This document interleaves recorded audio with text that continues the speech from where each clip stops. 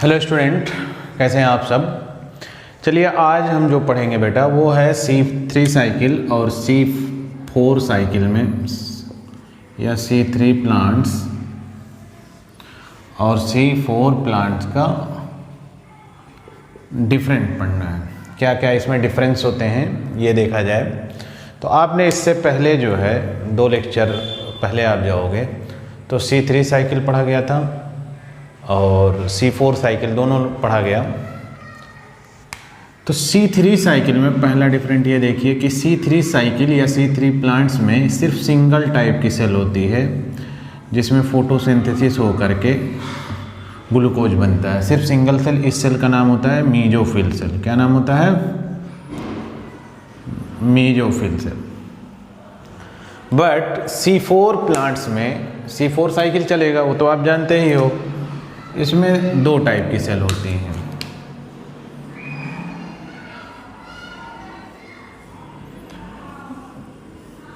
ये न्यूक्लियस में बना रहा हूं। इसमें 2 टाइप की होती है। एक सेल का नाम होता है मीजोफिल सेल और एक सेल का नाम होता है बंडल शीथ सेल। ये पहला डिफरेंट हुआ। तो याद रखिएगा सबसे पहला डिफरेंट तो यही है कि इसमें सिंगल सेल पाई जाती है मीजोफिल सेल और इसमें 2 तरीके की पाई जाती है। एक होती है बंडल शीथ सेल और मीजोफिल सेल। दूसरा डिफरेंस क्या है?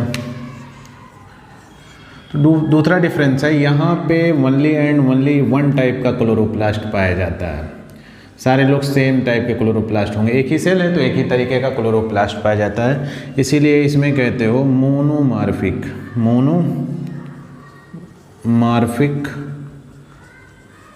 क्लोरोप्लास्ट होता है। ठीक है ना।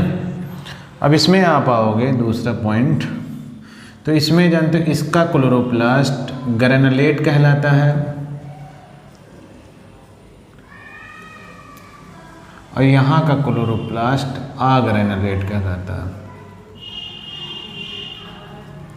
याद रखिएगा मीजोफिल सेल का क्लोरोप्लास्ट ग्रेनुलेट कहलाता है और बंडल शीथ सेल का क्या कहलाता है? अग्रेनुलेट। तो कहोगे 2 टाइप क्लोरोप्लास्ट होता है, इसीलिए इसको क्या कहते हो? C4 प्लांट्स के क्लोरोप्लास्ट को डाइमार्फिक क्लोरोप्लास्ट।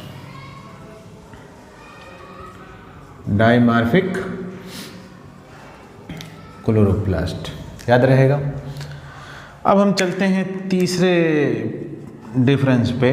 तो तीसरा डिफरेंस ये है कि C3 प्लांट्स में जब आप फोटोसिंथेसिस करवा रहे थे या C3 साइकिल चलवा रहे थे तो 2 रिएक्शन होता है। एक होता है लाइट फेज रिएक्शन और एक होता है dark phase reaction. Dark phase reaction में आपके क्लोरोप्लास्ट के मैट्रिक्स में रूबिस्को एंजाइम की प्रेजेंस में, इसमें मैं बता रहा हूँ आपको याद होगा।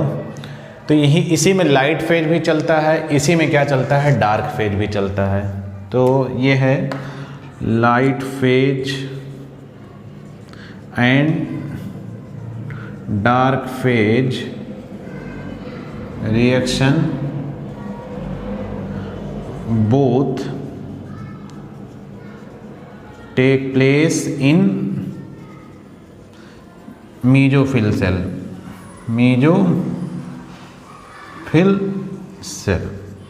याद रखिएगा लाइट फेज रिएक्शन भी इसी क्लोरोप्लास्ट में चलेगा, डार्क फेज रिएक्शन भी इसी सेल क्लोरोप्लास्ट में चलेगा। बट यहाँ ऐसा नहीं है। देखिए तीसरा डिफरेंट क्या है? लाइट फेज रिएक्शन इसमें चलेगा ग्रेनुलेट क्लोरोप्लास्ट में। लाइट फेज में बनता क्या था? Assimilatory power. तो लाइट फेज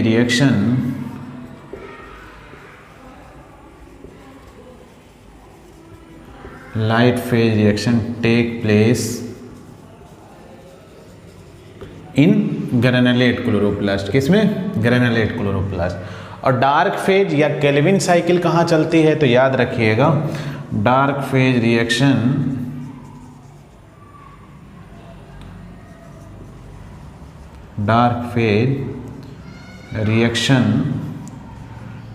टेक प्लेस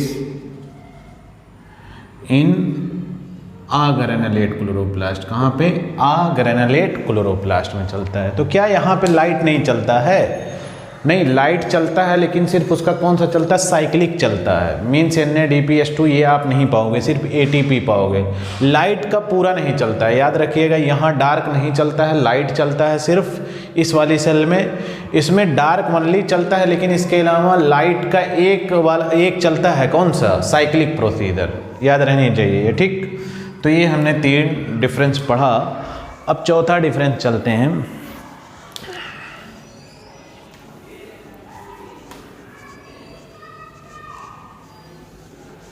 चलिए, तो आपको ये समझ में आ गया 3 डिफरेंस क्या होता है।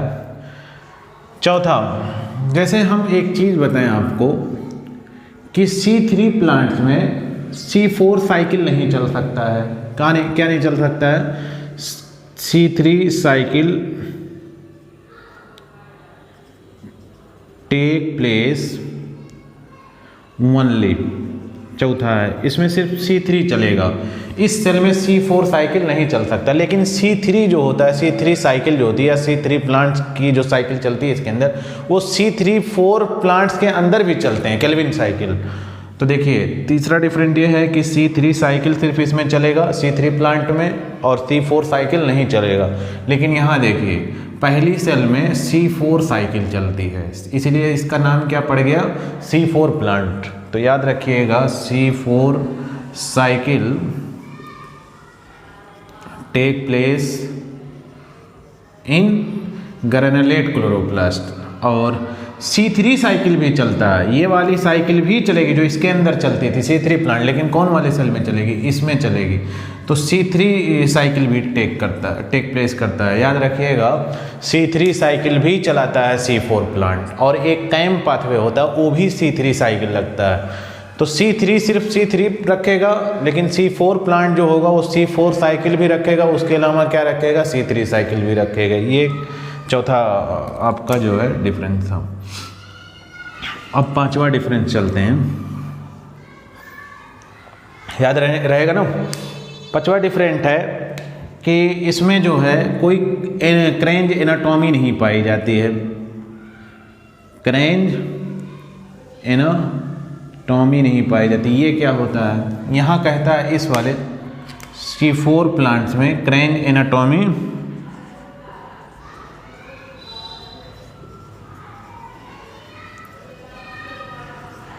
प्रेजेंट होता है। ये होता क्या एक्चुअली में?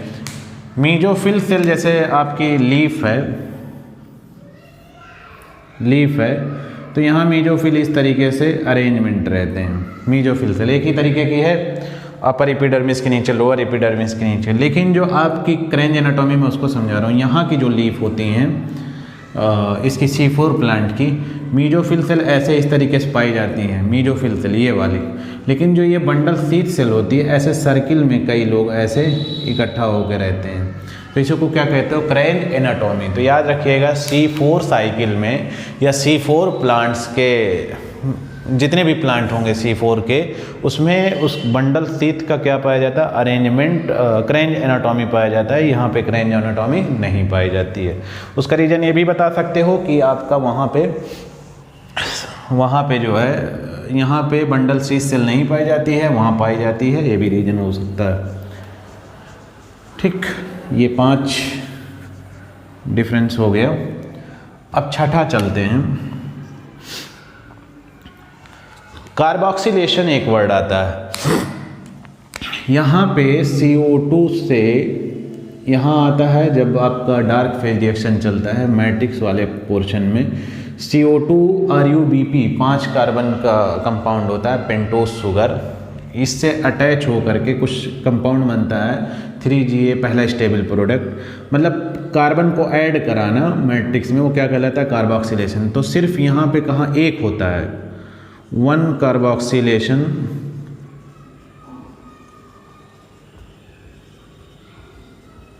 Carboxylation reaction take place.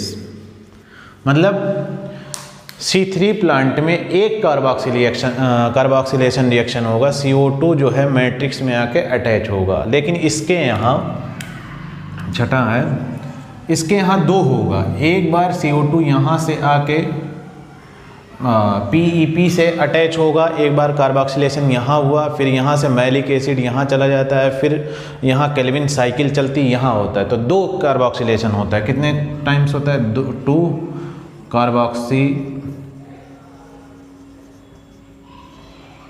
Carboxylation reaction take place.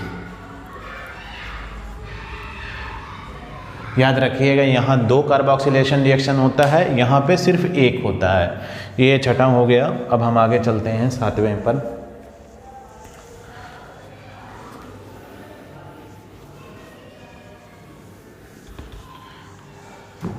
सातवां ये है कि एनसीईआरटी कहता है इसके क्लोरोप्लास्ट में, मीजोफिल सेल के क्लोरोप्लास्ट में, C3 प्लांट में रूबिस्को एंजाइम यहाँ पे ज़्यादा पाया जाता है। कौन सा? मीजोफिल सेल है मोर रूबिस्को एंजाइम। कौन सा? C3 प्लांट में कौन सा सेल? Mesophyll cell. बट यहाँ ऐसा नहीं है। 7वां हम पढ़ रहे हैं तो याद रखिएगा, मीजोफिल सेल कौन सा एंजाइम ज़्यादा रखता है? यहाँ का मीजोफिल सेल है पेप्केज। कौन सा? पेप्केज एंजाइम मोर। यहाँ पे जो मीजोफिल सेल होता है इसके अंदर कार्बोक्सिलेशन रिएक्शन कराता है, ये पेप्केज होता है। कौन सा? और रूबिस्को एंजाइम किसके अंदर पाया जाता है? अग्रेनुलेट क्लोरोप्लास्ट के अंदर। इसका मतलब क्या हो गया? बंडल शीथ के अंदर पाया जाता है। याद रखिएगा, ये 7वां है। तो यहाँ पे रूबिस्को एंजाइम कहाँ पाया जाता है?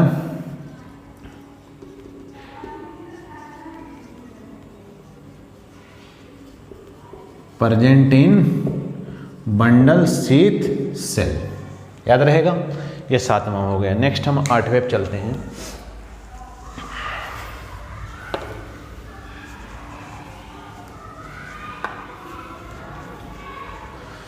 तो 8वां ये है CO2 जो एक्सेप्टर होता है, यहाँ पे RUBP होता है। कौन होता है? इस C3 में, यहाँ मैट्रिक्स में RUBP राइबोलोज 1,5 बिसफास्फेट। ठीक है, 5 कार्बन का होता है, पेंटोज कहते हो। क्या कहते हो? पेंटोज कहते हो। ठीक, लेकिन यहाँ पे याद रखिएगा 3 कार्बन का होता है जो CO2 एक्सेप्टर होता है। CO2 एक्सेप्टर जो होता है वो क्या होता है? PEP।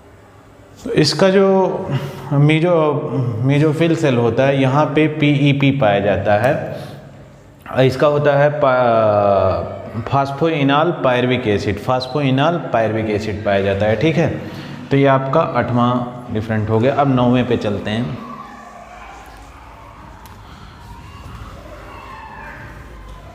नौवां ये है कि इसका जो पहला स्टेबल प्रोडक्ट बनता है वो 3 कार्बन का बनता है। इसका जो स्टेबल प्रोडक्ट बनता है वो कितने कार्बन का बनता है? 4 कार्बन का बनता है। कितने कार्बन का बनता है? 4 कार्बन का बनता है। 10वां, प्रोडक्टिविटी किसकी ज़्यादा अच्छी होती है? तो याद रखिएगा, इसकी प्रोडक्टिविटी ज़्यादा अच्छी होती है। प्रोडक्टिव